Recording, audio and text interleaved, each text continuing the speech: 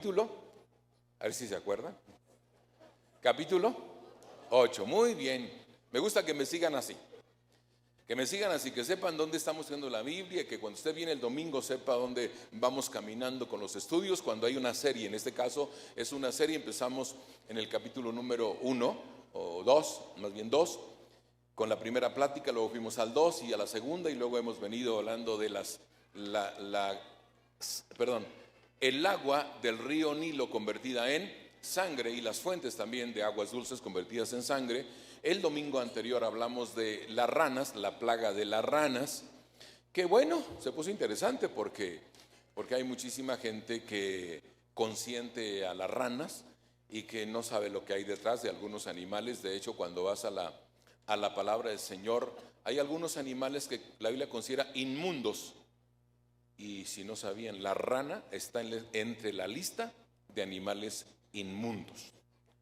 Nada más pensando en lo natural, ya pensando en la plaga, la risa que me daba a mí, pensando que Faraón, cuando estaba infestado de ranas, el palacio, la sala, el comedor, la recámara, y que le dijo: Moisés, ora a tu Dios para que ya nos quite esta plaga.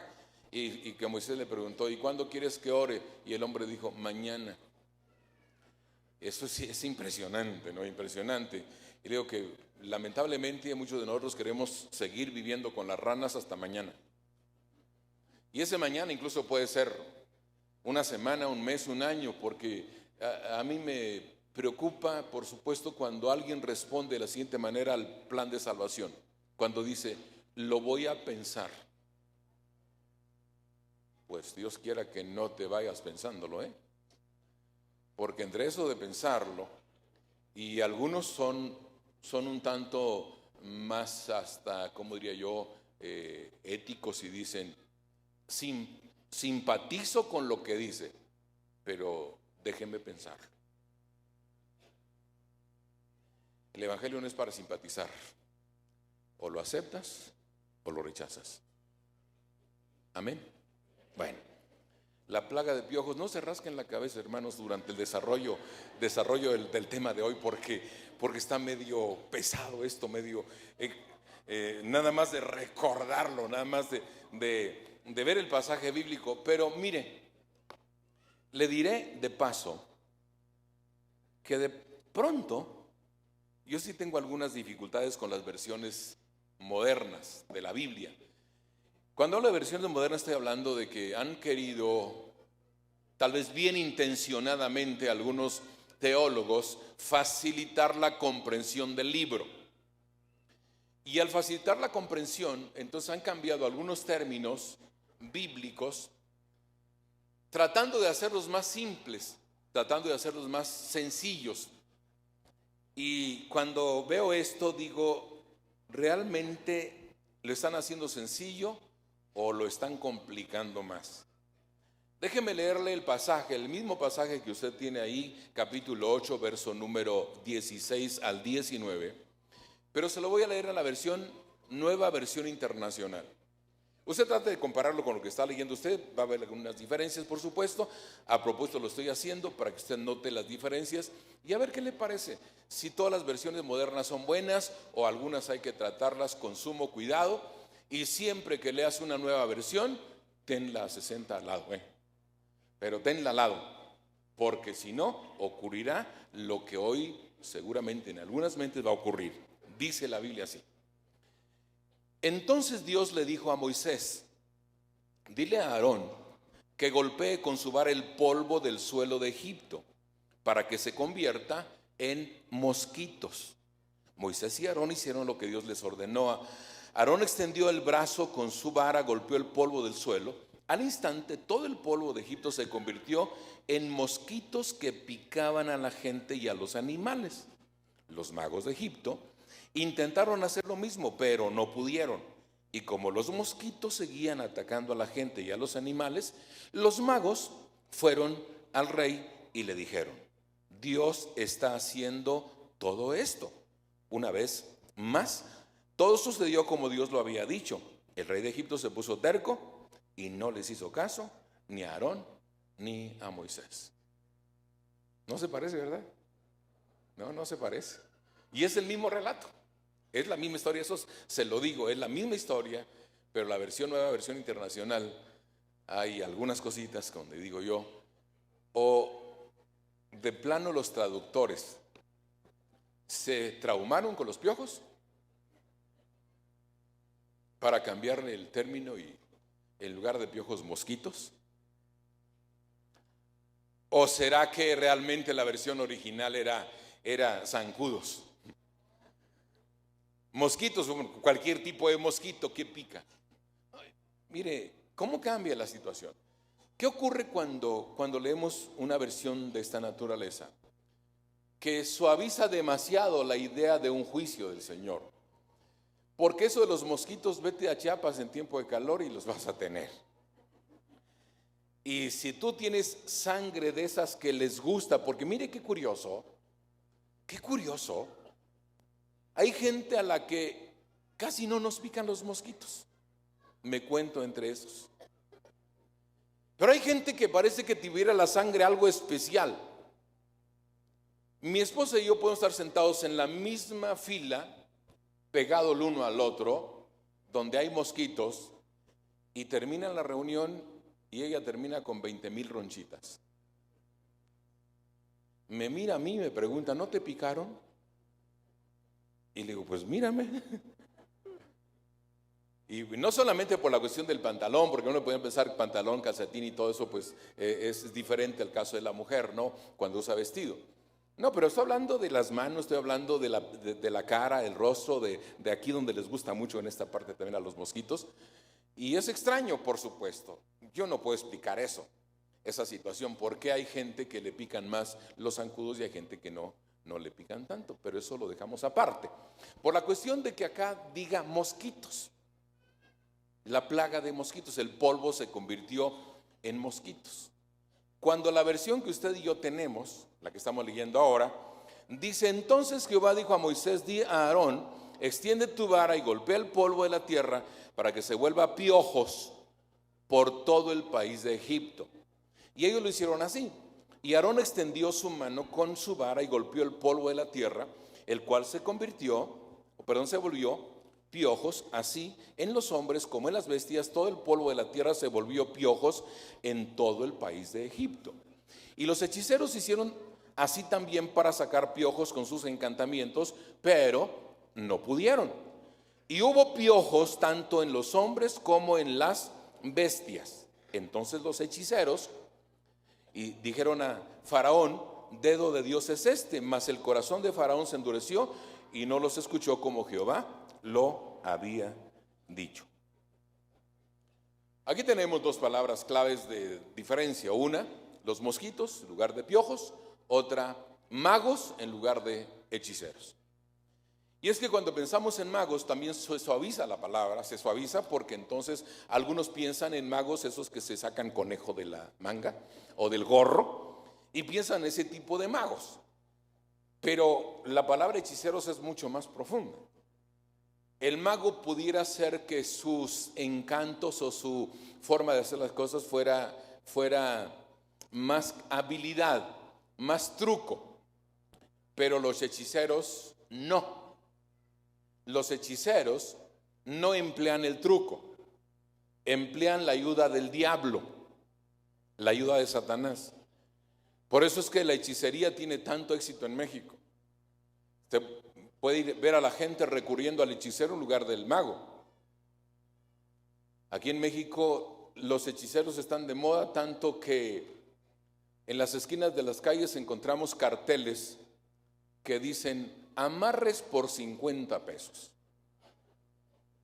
Y cuando tú piensas, 500 ya lo subieron. Yo había visto uno de 50. Yo había visto uno como hay de 50 pesos, no hay 500. Y cuando yo vi ese precio incluso dije, así estará el fulano o la fulana, ¿no?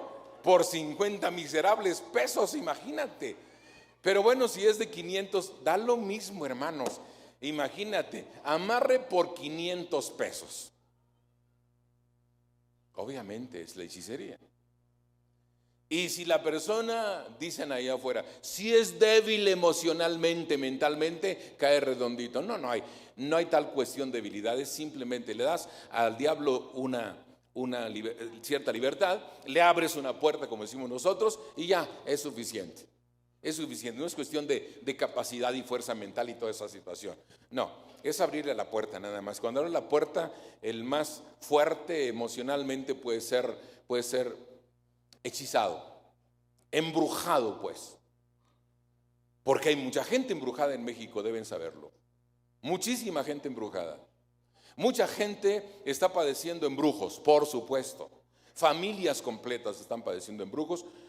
Y luego todavía tenemos el problema como un reportaje que salió en la tele esta semana, que lo estuvieron pasando en varios canales de Televisa, promueven mucho esta cuestión, y hablaban de las personas enfermas mentales.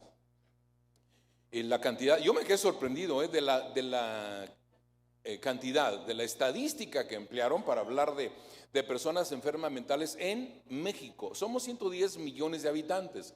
Ellos dijeron que 10 millones están locos. Bueno, porque así tiene que, ellos manejaron dementes o enfermos mentales. 10 millones, dije yo. Mire que aquí han entrado algunos, pero no, en proporción, yo a ustedes los veo bien cuerdos, hermanos, muy cuerdos, como para pensar sí anda mal, ¿no? De la cabeza. Es decir, ya en la proporción, 10 millones de gente mal de sus capacidades mentales. Pero no termina la historia ahí. A la hora de la entrevista a una doctora psiquiátrica, ella dijo: el problema de los mexicanos es que no saben diferenciar entre un problema mental y un problema psicológico o un problema y ella dijo, lo que dice la gente, como no aceptando, dice, gente hechizada o embrujada. No aceptó la psiquiatra esa postura. Ella piensa que no es real. Habría que llevarla a un encuentro. ¿Cuántos han ido a un encuentro? ¿Saben de qué estoy hablando? Por supuesto. Habría que llevar a la psiquiatra a un encuentro. Y cuando salga uno de esos, decirle: a ver, señora, doctora, por favor, ahí le encargamos a a ver en cuánto tiempo lo libera. Capaz de que se posee igual o peor. Ese es el problema. La gente no cree porque no ha estado metida en esa área, en esa guerra, en esa lucha. Maravillosa la gracia del Señor, porque cuando nos encontramos con una persona con problemas de esa naturaleza, tú la ves desconocida, con expresiones raras de la cara, del cuerpo, en fin, y después de una buena liberación, su rostro transformado totalmente. Pero eso naturalmente se ve solo ahí, donde invocamos el nombre del Señor, pero donde mucha gente no quiere estar presente. Así que sí, estos problemas de mosquitos versus piojos, magos versus hechiceros, le encargo por favor que cuando lea versiones muy modernas siempre tenga la versión 60 a la mano para hacer comparación. Ahora, ¿qué aprendemos de un pasaje como este? Ya le dije, tal vez la primera reacción o impresión que tengamos cuando leemos, para que el polvo se vuelva piojos, lo primero, la sensación es: ay, ya me picó. Y empezarte a rascar la cabeza porque es la reacción natural del ser humano. Seguro que no tienes piojos, pero la sensación de repente aparece. No te preocupes. Vamos a sacar una lección de aquí, por supuesto. Vamos a tratar de rescatar del pasaje bíblico una buena enseñanza para nosotros, con relación a Dios, con relación a nosotros, con relación al pueblo de Israel en su momento, por supuesto. Así que vamos a ir por textos. ¿Le parece bien? Y vamos a ver la primera impresión que tenemos. Pero antes de leer el verso clave para esto, le diré que los egipcios, hay de paso, como información, los egipcios consideraban sagrado el polvo de la tierra. Y verlo convertido en piojos debe haber sido para ellos un golpe tremendo, especialmente a su idolatría. Además, nadie se podía acercar a los altares egipcios si tenía piojos.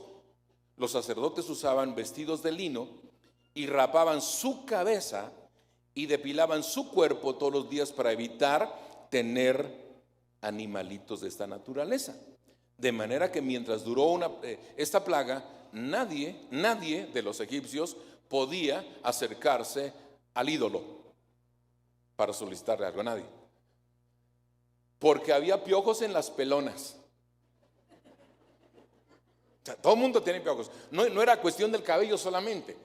Porque vea usted, no sé si usted ha visto algo de literatura egipcia. Y vea cómo se rapaban, o sea, los actores daban rapas, y no solamente rapas de acá, no, las cejas se las depilaban totalmente, no había cejas. No había cejas, menos bigote, menos barba en los sacerdotes egipcios. La razón precisamente era eso. Parte de su cultura, parte de su forma de adorar a los ídolos era: entre menos pelo tengas, menos posibilidades de tener animales. Entonces, ahora Dios les dice: pues ahí les va. Les mando una plaga de piojos, va a estar metida entre su ropa, va a estar metida en todos lados. Pues nada más de tener un poquito de imaginación.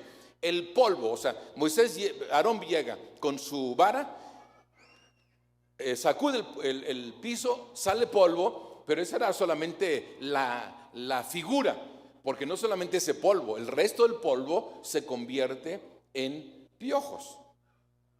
Entonces imagínense a los egipcios barriendo su casa. No recogían polvo. ¿Qué recogían? Así es. Imagínate el recogedor lleno de animalitos de esta naturaleza. En el caso de los que estaban limpiando la casa, tratando de que no hubiera en casa el animalero que tenían que recoger. Pero ¿qué creen? En la tierra que habitaban los israelitas no había piojos. Amén, hermanos. ¿No le parece esto algo extraordinario? Sobrenatural, maravilloso. El ejemplo que les daba el domingo anterior acá, de que una hermanita está orando para que no llueva y otra que está orando para que sí llueva, y viven como vecinas. Pues aquí está la evidencia de que Dios lo puede hacer todo. Porque aquí estaba el egipcio y está el piojero, acá está el israelita y no hay piojos. Amén, hermanos. Sorpréndanse, por favor. Sorpréndanse de esas maravillas del Señor, porque es lo que debe impresionarnos. No hay que verlo así tan llanamente, tan ligeramente, como diciendo: oh, qué interesante. No. Es una maravilla, es un milagro, un verdadero milagro, que solo los egipcios tenían piojos, los israelitas no tenían piojos. Dios estaba mandando un juicio a los egipcios.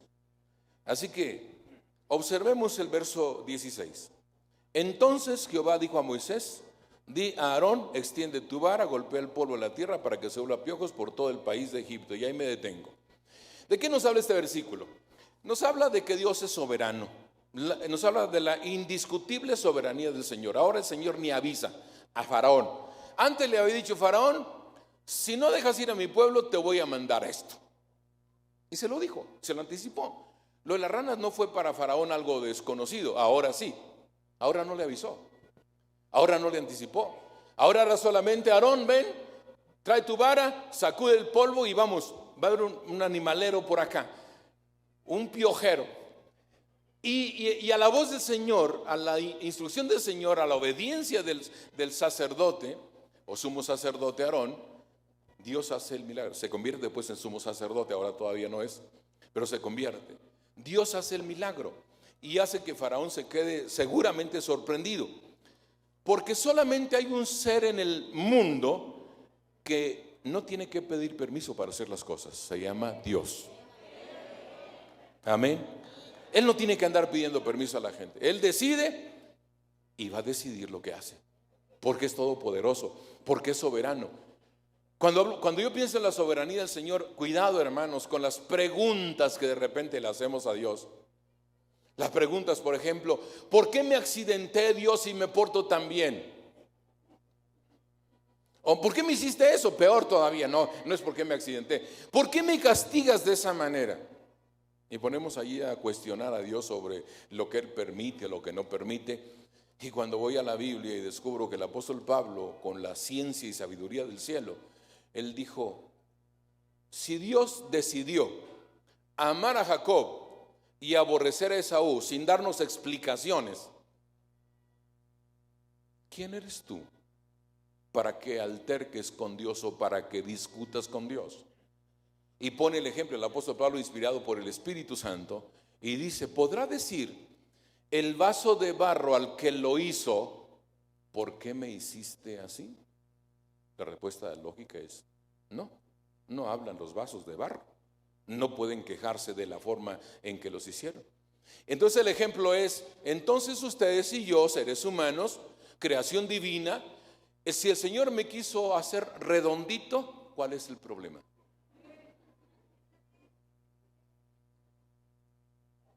¿Por qué discutimos con Dios? La cuestión de ¿por qué me hiciste así, Señor? Moreno. O tan alto, hubiera querido ser más bajito. Estándar, Señor, me hubieras hecho, pero ni ahí siquiera estándar. Nos quejamos de lo chaparro, nos quejamos de lo grandote. Y cuando somos estándar, siempre habrá defectos de los cuales quejarnos. O sea, de todas maneras, no estamos satisfechos. Pero aquí es donde, si Dios es soberano, ¿qué le alegas?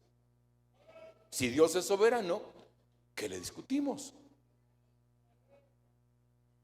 Déjeme mencionar de paso, porque por supuesto, desde que ocurrió este accidente, que lo siguen llamando accidente aquí en la torre de Pemex, mi esposa y yo estábamos en casa y ella estaba viendo noticias y me dijo: ven a ver lo que está pasando aquí. Entonces ya fui, y pues siempre ella también buscando que me informe de lo que pasa en el mundo, ¿no? Y nos dio mucha tristeza, por supuesto, mucho dolor. Las familias que estaban buscando a sus parientes exactamente ahí. Obviamente las noticias que se dieron de esa situación no son, como siempre, no son las reales, no son tal cual. Hasta ayer todavía se hablaba de 37 muertos. No, hermano, no. Y por supuesto que hay muchas cosas que no se dijeron, pero eso lo dejamos igual al criterio de el periodista, del gobernante, de quien decida esa situación, lo dejamos a criterio de ellos.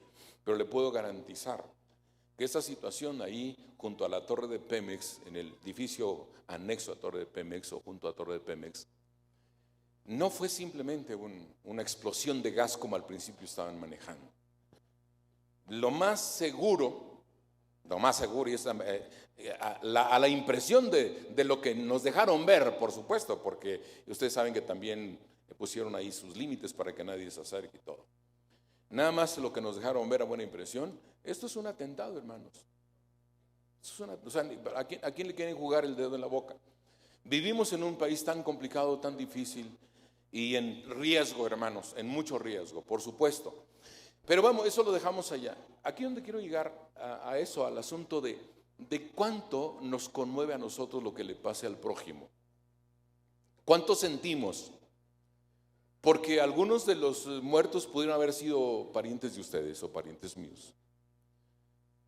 O pudo haber sido alguien de aquí de la iglesia que trabajaba en ese lugar. Aquí es donde necesitamos también, cuando estudiamos la Biblia, pedir al Señor que nos dé sensibilidad. A diferencia de Faraón, que endurece su corazón, necesitamos ser sensibles. Y en esa sensibilidad, por ejemplo, igual, Dios, tú lo permitiste, algún motivo habrás de tener para permitirlo. ¿Quién quiere que haya ese tipo de tragedias? Nadie. Vaya, nadie de quienes sabemos que no desearíamos eso. Si hablamos de terrorismo y hablamos de gente con un corazón ya endurecido, pues igual, hermanos. Hay mamás que abandonan a sus recién nacidos hijos, etcétera. Eso se ve en esa sociedad, pero ya estamos hablando de lo extraordinario, ya no es lo normal, pues. Igual podemos pensar en eso. Si entiendo que Dios es soberano y entiendo que Él permite o no permite las cosas, al final de cuentas, yo debo esperar de Él la respuesta en su momento, no cuando yo quiero ni como yo quiero. Ese tipo de situaciones, insisto, la tragedia aquí en este lugar, que todavía hay familias, vaya, quebrantadas, dolidas. Mamás, por ejemplo, su único hijo trabajaba ahí, el que veía por ella. ¿Qué va a hacer esta pobre mujer ahora que ya no, su hijo ya no está? Posiblemente le den una indemnización, posiblemente eso se le va bien a la señora. ¿Cuánto tiempo le durará esto? En fin, ¿qué hacemos nosotros como iglesia? Pues no solamente ser observadores, por supuesto. Yo pensé incluso si hubiera habido la posibilidad de que gente como nosotros pudiera colaborar en la sacar escombros y todo eso, habría disponibilidad.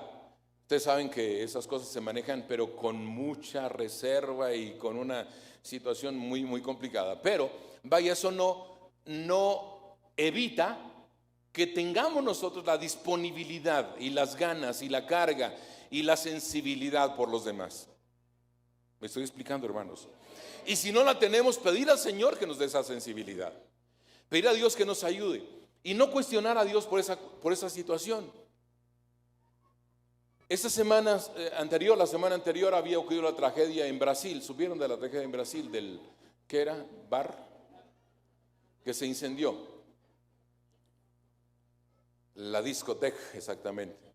Igual una cantidad de jóvenes que murieron ahí. Se hizo popular algo que publicaron en los medios. Alguien publicó, hay un grupo de ateos en Brasil. Y ese grupo de ateos publicó, creo que era un Twitter, y puso, ¿dónde estaba Dios cuando murió toda esta gente? Porque como es ateo, ¿dónde estaba Dios? A veces me preocupa incluso la respuesta que los hermanos, los cristianos, damos de repente, porque nos molesta, ¿no? De repente, pues, ¿quién no se siente así como ofendido? Pues yo creo en Dios, claro que creo en Dios.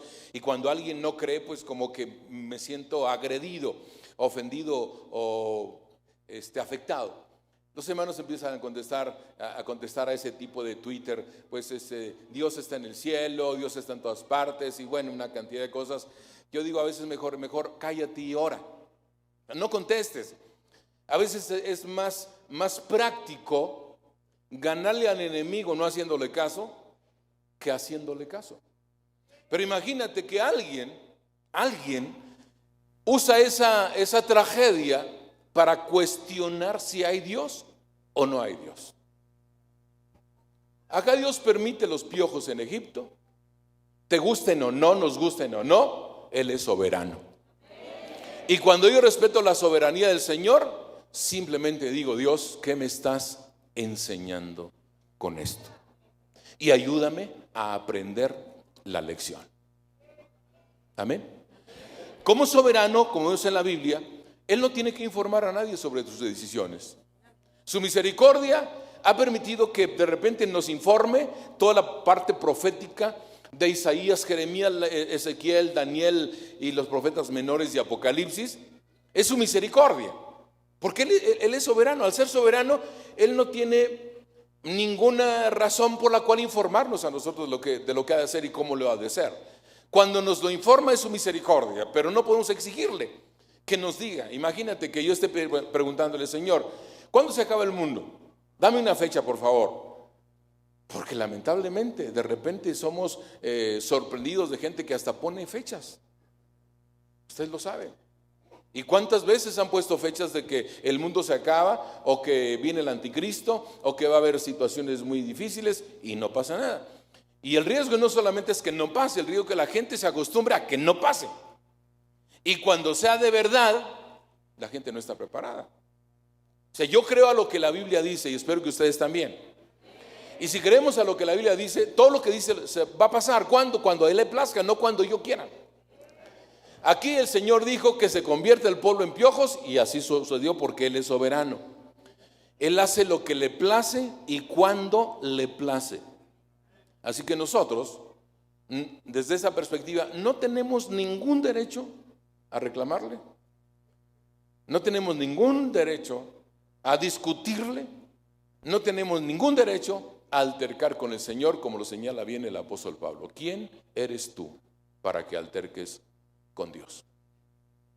La segunda cosa que aprendemos acá, vayan al versículo número 18. Los hechiceros hicieron así también para sacar piojos con sus encantamientos, pero no pudieron. Mire qué interesante. Habían con sus encantamientos logrado que hubiera ranas. Eso no me pregunten cómo fue, ni me pregunten tampoco cuánto tiempo duraron las ranas de los hechiceros aquellos. Pero ahora parecería más simple la situación, ¿no? Más simple. Si pudieran hacer ranas, pues, ¿qué les costaba hacer piojos? Pero ahí es donde aprendemos el limitado engaño del diablo. ¿Cuántos saben que el diablo tiene permiso para engañar? Lo hemos leído aquí una vez y otra vez y otra vez. El diablo tiene permiso de Dios para engañar a la gente. Dios a propósito le da permiso para engañar. A veces incluso le da permiso para tratar de engañar al creyente. Si el creyente se deja, lo va a engañar, ¿Han leído lo que Jesús escribió, o más bien dijo, en Mateo 24, con respecto a la cuestión de que el amor de muchos se enfriará? Y en ese mismo pasaje menciona que serán engañados aún si fuere posible, y ahí se lo señala, si fuere posible aún los escogidos. ¿De quién habla? De nosotros, hermanos. Ustedes y yo estamos incluidos en eso. Si fuere posible. ¿Quién lo hace posible? Nosotros. Ahí es, imagínate, Dios nos da la libertad de decidir si te dejas engañar o te resistes al engaño. Amén. Entonces, el engaño del diablo, eso que nos quede bien claro, es limitado. El poder del diablo, dice la Biblia que el diablo le ha sido dado un poder engañoso de parte del Señor. Recordemos también que Satanás solo puede imitar las obras de Dios. A veces las imita también que parecieran que son de Dios, pero son imitaciones. Ahí es donde, insisto, hermanos, pidámosle al Señor y pidámosle constantemente: Dios, no solo me dé sabiduría, dame discernimiento, Señor. Dame la capacidad de discernir, dame la capacidad de conocer cuando platicando con alguien las intenciones de esa persona son buenas o son malas. Esa capacidad de discernir, porque vaya, hermanos, estoy seguro que más de 4 aquí, como decimos vulgarmente, se los han llevado al baile porque no tuvieron discernimiento. ¿Verdad que sí, hermanos? Falta de discernimiento. Y a veces, vamos, si yo sé que tengo falta de discernimiento, yo diría, consultemos a los que Dios ha usado para discernimiento, a los que está usando para discernimiento, a los que tienen más conocimiento de la palabra en un momento dado. Pero a veces, hermanos, se nos hace fácil. Me venden un carro y me lo venden barato, lo que decía el domingo anterior también con relación, me lo venden barato, y digo, pues está todo hecho, ¿no? Pero resulta que el carro ya viene dañado. Algunos incluso hasta por un mecánico arreglado de tal manera que funcione para 4 días. Y a propósito lo hacen así, porque hay mecánicos que son pero buenazos para esa cuestión. Y si se encuentran un cliente que les pague bien, ellos hacen su trabajo. Pero resulta de que, voy a ponerlo en estos términos, el incauto hermano o hermana que compra el auto confía en la otra persona y es donde sale perdiendo, porque entonces le sale, ahora sí que, como decimos, más caro el caldo que las albóndigas. ¿Por qué? Porque reparar el carro le va a costar más de lo que le costó el haberlo comprado. Discernimiento. sea, pensamos en el discernimiento y pensamos solamente en cosas espirituales. No, no, no. El discernimiento aplica hasta para conseguir novio, muchachas. ¿Habrá muchachas acá? ¿Habrá jovencitas solteras en este auditorio? Sí, veo más de 4. Chicas, ojo con las propuestas y con los ¿cómo se dicen los que proponen? Los propositores. Ojo con ellos. Me acabo de enterar y me dolió muchísimo, por supuesto. Pues, ¿qué pastor se entera de cada cosa? De un matrimonio, una pareja, ni matrimonio, puedo mencionarlo así. Una pareja tuvieron dificultades después de unos años de casados. Y al tener dificultades empezaron a escarbar. Pues resulta que el hombre había sido casado antes, había procreado hijos, pero no le dijo a la señora con la que se casó. Y ella se casó creyendo que era soltero, sin compromisos y que era solo para ella. Pero resulta que no. De repente alguien dijo, no, también le dicen papá en aquella otra casa. Falta de discernimiento. Caras vemos, corazones no sabemos, y no solamente es el problema, que aparte de no conocer los corazones, nos conformamos con lo que nos dicen. O sea, tan claro el asunto, pero no investigamos de dónde eres, quiénes son tus padres, trabajas o estudias. Eso es lo que preguntan, no. Lo primero que preguntan, ¿trabajas o estudias? Y con esa superficialidad se comprometen. No, pues estudio. ¿En cuál universidad? En la de la vida. Ya cuando profundizan, descubren cada cosa. Entonces, jovencitas solteras, si todavía no tienen novio y por ahí anda uno detrás de ti, investígalo, mándale la policía judicial, no sé. Investígalo de todo a todo. Yo creo que bien valiera la pena incluso hacer un gastito de contratar un detective privado. Te sale más barato a lo mejor que a la larga terminar con un juicio legal que no vas a poder pagar. No necesitas eso, necesitas el don del Espíritu Santo.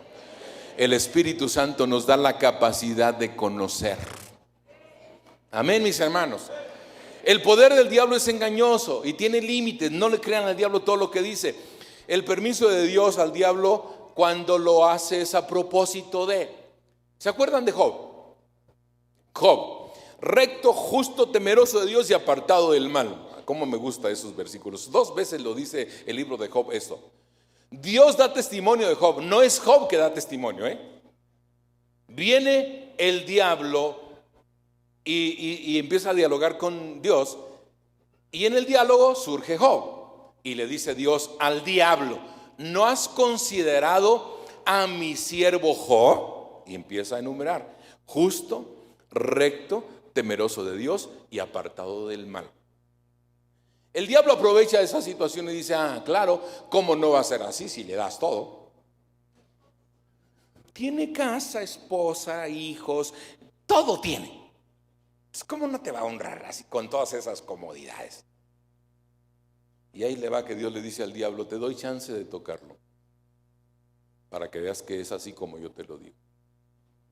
Nada más lo que te voy a pedir es que respetes la vida de Job, pero tócalo donde quieras. El diablo es terrible, ni tardo ni perezoso.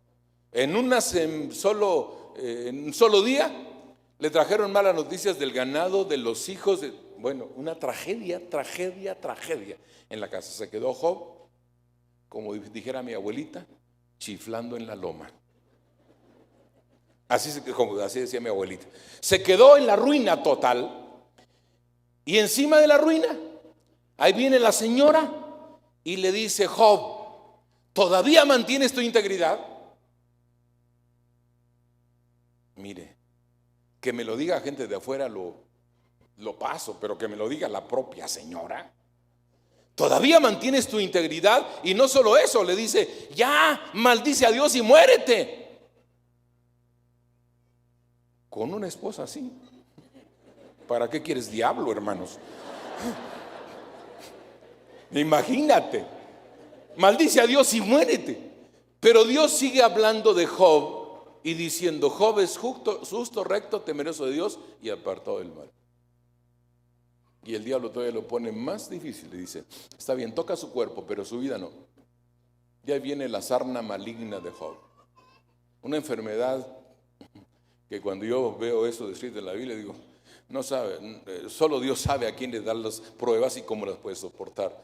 Yo en el primer día tal vez hubiera declinado, pero Job soportó, porque Dios sabía que Job podía soportar. Y el diablo tuvo permiso para tocarlo.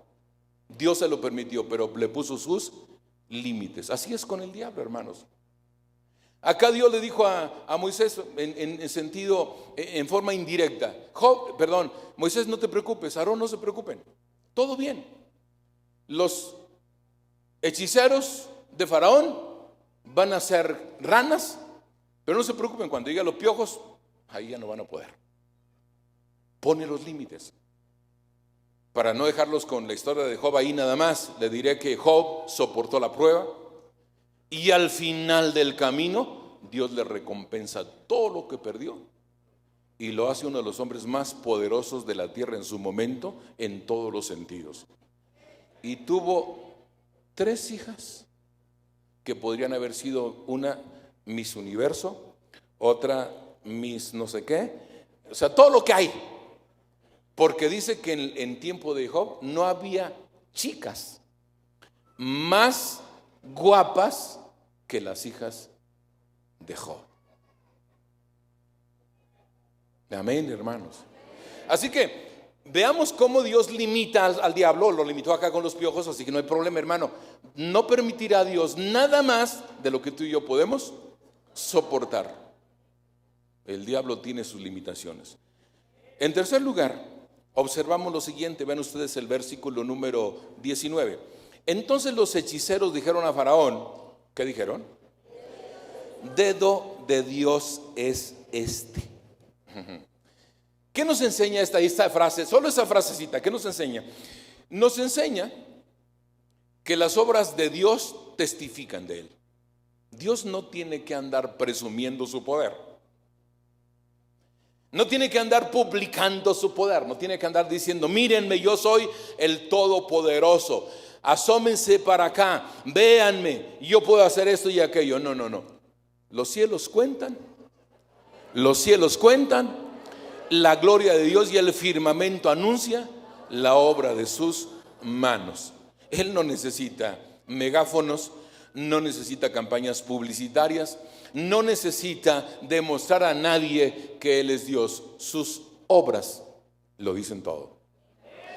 Cuando los hechiceros egipcios intentaron copiar, imitar la obra de Dios con relación a los piojos, ahí ya no se pudo. Y como no pudieron, lo único que pudieron ellos expresar o decir o reconocer era, dedo de Dios es este.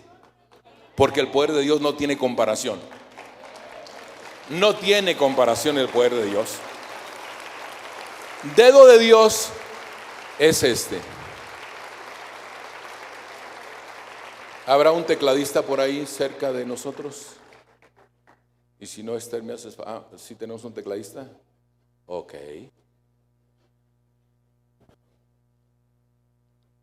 Quiero música de fondo en este momento, porque alguien compuso un precioso canto que cada vez que lo escucho, la segunda parte no me gusta mucho, le diré por qué más adelante, pero igual ahí se lo dejo para que investigue. Pero la primera parte,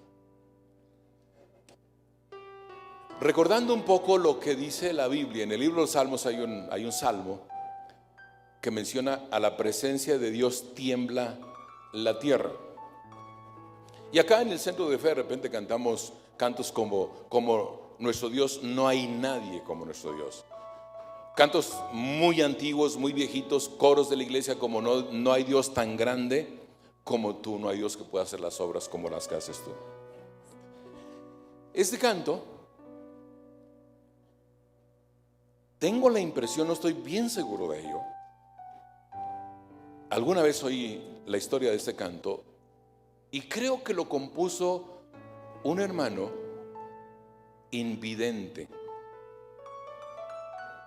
O sea, no miraba, pero vea lo que escribió. Al contemplar los cielos y la tierra, cuando miro el paisaje de la mar, por las noches contemplo las estrellas, por las mañanas de las aves oigo el trinar. Cuando miro el sol que asoma por la colina, me admiro de lo que mi Dios creó. Y es que tengo que decir con toda mi alma, como mi Dios, no hay Dios como mi Dios. Esa es la estrofa, la primera estrofa. Si es real que fue un invidente el que lo compuso, yo digo, qué tremendo para nosotros que vemos. Porque tú te levantas y ves cada maravilla. Tus manos son una maravilla, tus ojos son una maravilla, tu cabello es una maravilla. Bueno, hasta la falta de cabello es una maravilla. Por el lado que lo veas, Dios es maravilloso. Maravilloso. Cuando puedes tocar hasta el resto, hasta que termine mi sermón, por favor, aprovechando. Imagínense cuando los hechiceros tratan de hacer también con sus trucos o con sus hechizos que el polvo produzca piojos, pero no pudieron, no pasó nada.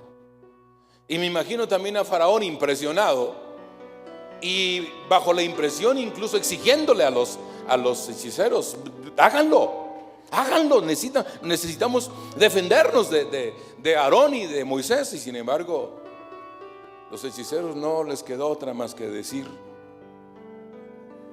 dedo de Dios es este. Y yo digo esta tarde, como mi Dios, no hay Dios como mi Dios. Poderoso, único, majestuoso. Insisto, solo alza tus ojos y observa las aves. No sé si a ustedes les impresiona, pero cuando viajen, cuando salgan, observen el cielo cuando hay nubes. La diversidad de formas de nubes es una diversidad enorme. Solo si no consideramos al Creador, eso pasa por desapercibido. Si alguien ha viajado en avión, los aviones generalmente suben por encima de las nubes. Y cuando ahí está nublado debajo del avión, tú ves aquello. Es impresionante cómo se ve de las nubes. Si vas a algunas partes de los Estados Unidos donde llueve con frecuencia en una noche oscura, donde la luna no está presente, vas a ver rayos, la diversidad de rayos, de formas de los rayos cuando llega la lluvia, y uno tras otro iluminan de repente el espacio y te impresiona también. De repente te da un poquito de miedo porque hay relámpagos que te estremecen o rayos que te estremecen. Pero cuando caes en la cuenta de que todo eso es obra del Creador, de Dios, de Jehová de los ejércitos, de Adonai, si quieren llamarle así, si es obra de Él, entonces no nos queda otra, igual a ustedes y a mí, no tenemos alternativa. Dedo de Dios es ese. Dedo de Dios es ese. La maravilla que eres tú como creación es dedo de Dios. Un bebé saliendo del vientre de la madre es una maravilla. El Señor es dedo de Dios. Por el lado que lo veas, hermano, Por eso insisto mucho y les digo, hermanos, por favor, pidamos al Señor que no dejemos de lado la capacidad de asombro. Necesitamos asombrarnos de sus maravillas día tras día, tras día, tras día. Sorprendernos todos los días cómo el Señor organiza, y yo diría incluso cómo el Señor decora nuestros días. Tú no se lo pediste y a veces está tan perfectamente decorado el día que tú dices, a veces nos quejamos, está lloviendo, hace mucho calor, pero ¿y la cantidad de días que disfrutaste? Muchísimos, y muchísimos más comparándolos con los días grises que a veces hay. Pero aún esos días grises pueden cambiar cuando tú y yo llegamos a la conclusión de que el dedo de Dios es este. Cuando llegamos a la conclusión que el dedo de Dios está ahí también, su mano está ahí también, su poder está ahí también, su bendición está ahí también. Es solo cuestión de reconocer, de aceptar. Es indiscutible, Dios hace lo que el hombre no puede hacer. Ahí está la prueba. Es indiscutible, el poder de Dios no tiene ninguna limitación. Ninguna. Jesús, de esas ocasiones donde confrontó la incredulidad de la gente y confrontó también su rechazo, el rechazo que tenían hacia su persona. Y un día les dijo: ¿ustedes creen que por ser hijos de Abraham, voy a ponerlo en estos términos, ya la hicieron? ¿Ustedes piensan que por ser descendientes de Abraham todo está bien?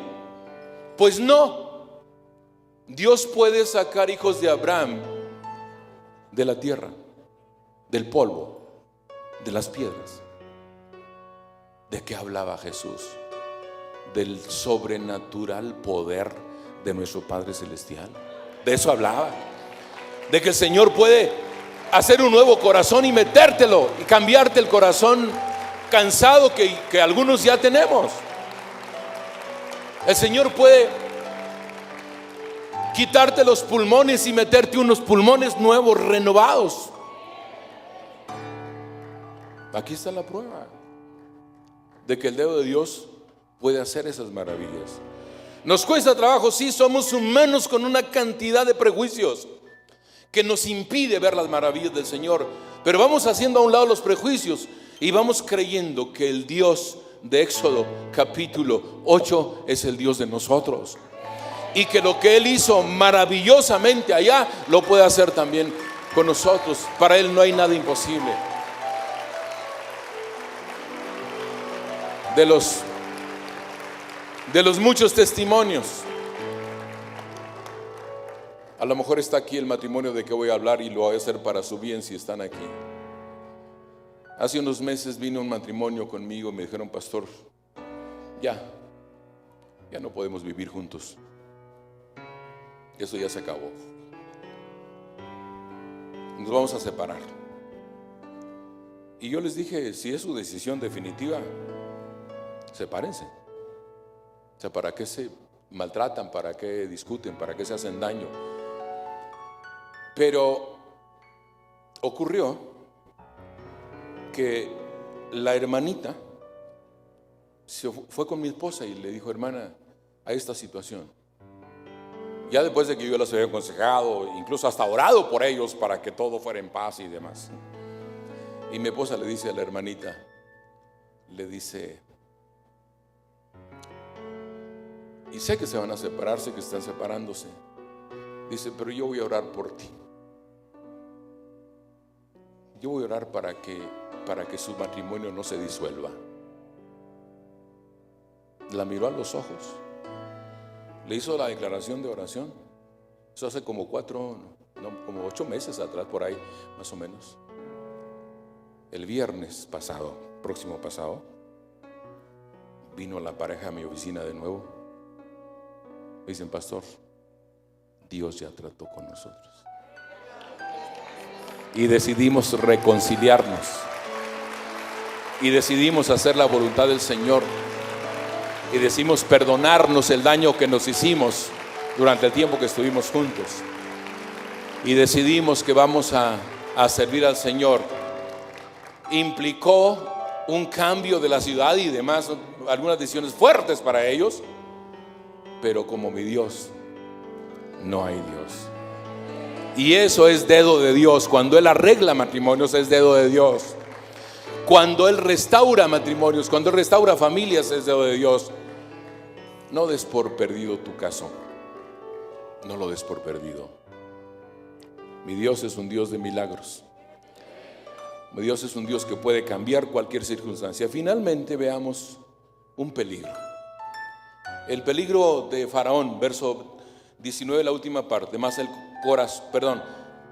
corazón de Faraón, ¿qué pasó? Se endureció. Ahí lo dejo, es suficiente. El peligro del endurecimiento del corazón. Qué terrible cuando la gente endurece su corazón. Qué terrible cuando no puedes creer que hay Dios. Cuando no puedes aceptar que Dios es todopoderoso. Qué terrible cuando el corazón está endurecido, está petrificado. La Biblia habla, no solo en este pasaje, en muchos otros, del riesgo de que tu corazón se endurezca.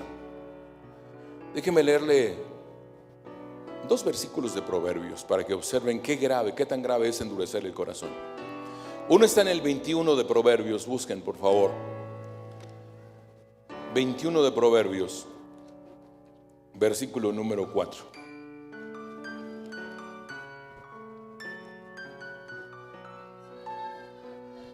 Si están ahí, digan amén. Verso 4. Altivez de ojos y orgullo de corazón y pensamiento de impío son, ni vuelta de ojo, son pecado. Ofenden al Creador, ofenden a Dios. Y vaya la forma en que el proverbista nos lo presenta: altivez de ojos y orgullo de corazón, que son sinónimas las ideas, por supuesto. Cuando hay altivez de ojos, cuando eres soberbio, cuando eres prepotente, cuando piensas que solo tu palabra tiene valor, eso es altivez de ojos. Y orgullo de corazón, pues es la misma idea. Cuando nosotros pensamos, Dios, no te necesito, incluso familia, no te necesito. Qué terrible pensar de esa manera, porque uno ni siquiera tiene idea cómo terminará sus días, No tenemos idea. Así que conserva tu familia al precio que sea, porque no sabes mañana cómo será la situación. ¿Cuánta gente hay en las calles que le llaman indigentes? Pregúntales por qué están en la calle. Pregúntales. Y te vas a sorprender que muchos de ellos, la respuesta clásica de muchos indigentes es: me sacaron de la casa, me corrieron, me botaron. Y es triste, hermanos, por supuesto, es muy triste. Ahora, si analizamos una situación particular de esa naturaleza, tenemos que pensar en la familia que los botó y en ellos qué ocurrió. O sea, ¿por qué esa ruptura? ¿Por qué ese rompimiento? Porque habrá ocasiones en que, yo estaría de acuerdo en un momento dado que si un padre de familia es irresponsable, no trabaja, vive de las, entre comillas, limosnas de los hijos, etcétera, tiene fuerza, tiene capacidad, pero no trabaja, yo diría: este holgazán hay que sacarlo de la casa. Esa sería una postura mía. O sea, no es posible que alguien que puede trabajar, que alguien que puede valerse por sí mismo, que alguien que todavía puede ser productivo, se quede esperando que lo mantengan. Menos si conoces a Dios. Porque cuando vas a la Biblia te pone como campeón o campeona con relación a eso. Pero sí habría que analizar ambos lados y llegar a la conclusión de que la familia nos necesitamos mutuamente. Nos necesitamos. Y ahí es donde tenemos que recurrir al Señor, que no se endurezca el corazón y no, por orgullo me voy, porque soy tan orgulloso que yo no voy a vivir de una limosna. Y terminan pidiendo limosna. Lo triste es eso. El otro texto está en el 28, verso 14. La primera parte es buena, la segunda parte es lo que llamamos la contraparte de la idea primera. Bienaventurado el hombre que siempre teme a Dios. ¿Cuántos dicen amén a esto? Feliz, dichoso el hombre que siempre teme a Dios. Mas el que endurece su corazón, caerá en el mal. Yo diría, si te quedan dudas, pregúntale a Faraón. ¿Cómo le fue? Por haber endurecido su corazón. No tienes que preguntarle, lee todo el pasaje, lees al capítulo número 12 del libro de Éxodo. Adelántate si quieres, observa toda la historia y date cuenta cómo le fue a Faraón por haber endurecido su corazón. Dios no se honra, Dios no se glorifica en corazones duros. Yo diría que antes que nos fuéramos de este lugar esta tarde a descansar o a comer, analizáramos nuestro corazón. Y si encontramos la necesidad de decirle al Señor, tú prometiste, Dios, que pondrías un corazón nuevo y un espíritu nuevo en aquellos que te lo permitieran. Dios puede poner un corazón nuevo y un espíritu nuevo en nosotros si se lo permitimos. El otro canto popular sobre el corazón, que ustedes lo han escuchado con muchos cantantes cristianos, es: dame un nuevo corazón que te alabe noche y día. Dame un nuevo corazón, oh Señor, tú eres mi guía. Y lo pueden cantar en casa y lo pueden estar pidiendo todos los días, porque eso de renovación del corazón no es una vez y para siempre.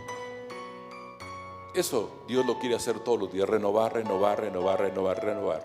Una vez que hizo el milagro de cambiar, quitar el corazón de piedra y poner el corazón de carne, entonces entra la renovación. Qué precioso sería que hoy todos fuéramos a casa con la convicción de que este Dios que describe este capítulo de Éxodo es el Dios que ustedes y yo adoramos, en el que creemos, y ese Dios sostiene nuestras vidas. Cierre sus ojos.